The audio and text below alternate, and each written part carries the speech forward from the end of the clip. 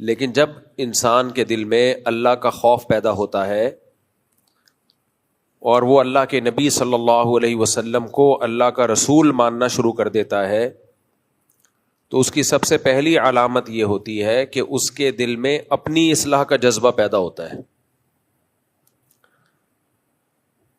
جس آدمی کے دل میں دوسروں کی اصلاح کا غلبہ ہو، اپنے سے غافل ہو، وہ مخلص نہیں ہو سکتا کبھی بھی. تو یہ اپنے آپ کو پہچاننے کا کہ میں کتنے پانی میں ہوں، میرا ویٹ کتنا ہے اللہ کی نظر میں، اپنے آپ کو پہچاننے کا سب سے بہتر طریقہ یہ ہے کہ آپ کو اپنی اصلاح کی کتنی فکر ہے کہ میں ٹھیک ہو جاؤں. ہم میں سے ہر شخص کو دوسرے کی بہت زیادہ فکر ہے، اپنی نہیں ہے. اس کی وجہ کیا ہے؟ انسان کو دوسرے کی گندگی گندی محسوس ہوتی ہے، اپنی گندگی سے انسان کو نفرت نہیں ہوتی. میں مثال دیتا ہوں نا، واش روم سے آپ ہو کے آئیں، خود گھنٹہ گھنٹہ بیٹھے رہو گے، بدبو نہیں آئے گی آپ کو. تبھی تو لوگ کنڈی لگا کے بیٹھ جاتے ہیں.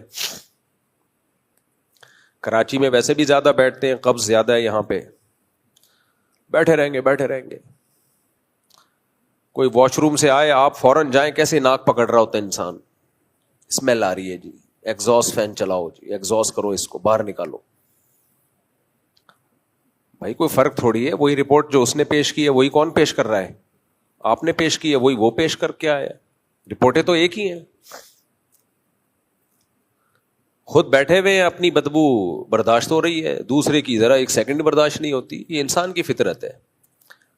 اپنی گندگی اس کو بری نہیں لگتی، دوسرے کی گندگی بہت بری لگتی ہے. دوسرا کنجوس ہو بہت برا لگے گا، خرچ نہیں کرتا، غریبوں کا خیال نہیں کرتا.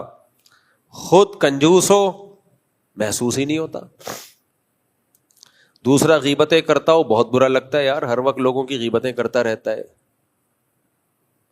ہم خود کرتے نہ ہمیں برا بولو نہیں لگتا. دوسرا بد اخلاق ہو، چیختا ہے، چلاتا ہے، شور مچاتا ہے، بہت برا لگتا ہے. خود یہ کام کر رہے ہو بالکل بھی برا بولو نہیں لگتا. اور بھی بہت ساری مثالیں، لیکن وہ دوں گا تو آپ فیل کر سکتے ہیں.